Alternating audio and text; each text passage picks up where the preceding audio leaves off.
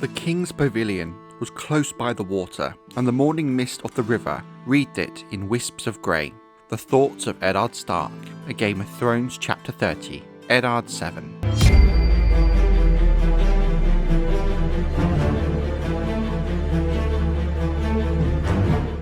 The Blackwater Rush is arguably one of the most important parts of the city of King's Landing, and yet is often greatly overlooked due to it being a natural formation of the environment that predates the city itself. But in the same way the three hills of King's Landing were vital to the city's development, so too was the Blackwater Rush, with it likely being one of the key reasons Aegon the Conqueror chose this very site for his landing, and to build his capital city from. But what makes the Rush stand out among the other rivers in Westeros is how many kingdoms it travels through, and the way in which it ties these kingdoms together. It passes through the southern riverlands, the northern reach, the Crownlands, with some headwaters in the Westerlands as well. It's a river that unites the east and west of the Seven Kingdoms. It is believed that the Blackwater Rush's headwaters lie near Stony Sept, with the river flowing southeast, and is joined by two tributaries, one east of Stony Sept, and one from the God's Eye. King's Landing itself is situated at the mouth of the Blackwater Rush, where the Blackwater Rush empties into Blackwater Bay, with the river gate opening onto the banks of the Rush, with many wharves and docks for ships from across the known world. As rivers go, the Blackwater Rush is said to be very deep, with currents that are unpredictable and treacherous, them at their strongest at the mouth of the Rush itself. It is not uncommon for swimmers to drown in the waters of the river, thanks to these strong currents. While the Rush is wide at its mouth, for the most part it is quite narrow, an estimated 1/5 of the width of the Rhoyne River in Essos. Tyrion glanced back to where the Rush emptied out into Blackwater Bay, and was relieved to see no sign of sails on the wide green horizon. The Thoughts of Tyrion Lannister, A Clash of Kings, Chapter 41, Tyrion 9.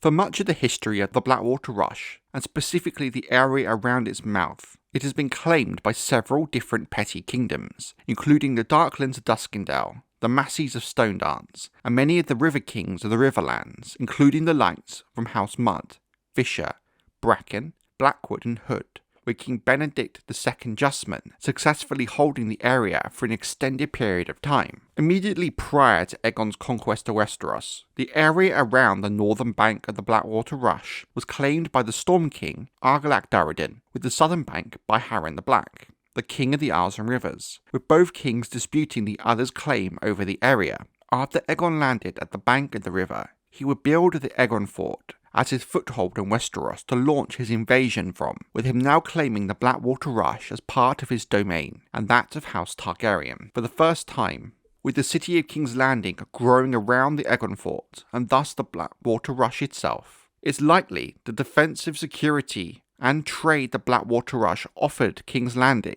is a factor in why this small fishing village grew into the largest city in Westeros in a historical blink of an eye. During the early stages of the development of King's Landing, a sunken cog on the banks of the river was used as a makeshift sept until a proper one could be built. Even this new sept would be a simple wattle and darb construction located on the shores of the Rush, until the High Septon would sponsor the building of a proper stone sept up top Visenya's Hill. Because King's Landing grew too quickly, it never developed a proper waste management system or infrastructure. Thus, by the early reign of King Jaehaerys Targaryen, in around 57 AC, the river water had become so polluted it was not fit to be drunk even by horses, let alone a person. It was Septon Bath who proposed a system of pipes and wells be built to deliver fresh water to King's Landing from further upriver. The river would play a minor role in the Dance of the Dragons, the Targaryen Civil War fought between the years 129 and 131 AC. After yielding Harrenhal to the Greens, Prince Daemon Targaryen and his dragon Caraxes followed the Blackwater downstream from the God's Eye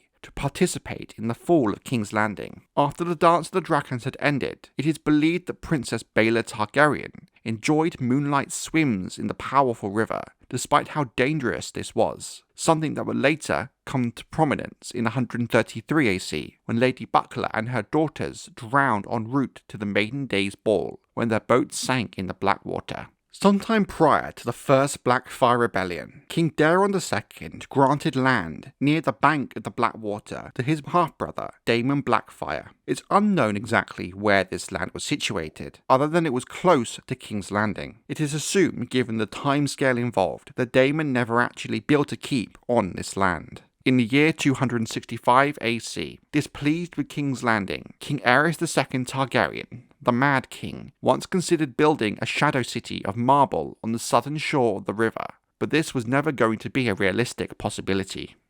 A wall of red-hot steel, blazing wood and swirling green flames stretched before him. The mouth of the Blackwater Rush had turned into the mouth of hell. Davos Seaworth's thoughts. A Clash of Kings, Chapter 58, Davos 3.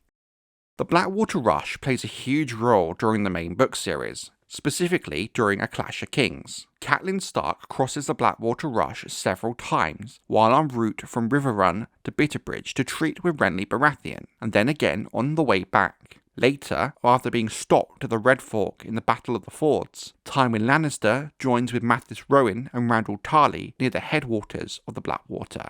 At Tumble's Fall, they meet Lord Mace Tyrell, who has brought barges and a large host with him. From there, they can float down the Blackwater and land half a day's ride outside of King's Landing. Later, during the Battle of the Blackwater, many of the ships of Joffrey Baratheon and his uncle Stannis Baratheon's fleet are set ablaze by wildfire after a great chain divides the river from the Blackwater Bay. The rush appears to be on fire thanks to the wildfire, as Stannis' men are pushed back into the river. Podrick Payne, meanwhile, knocks the armoured Sir Madden Moore into the river water to save Tyrion Lannister, as the Lannister and Tyrell army attacks Stannis' from the rear and forces the retreat.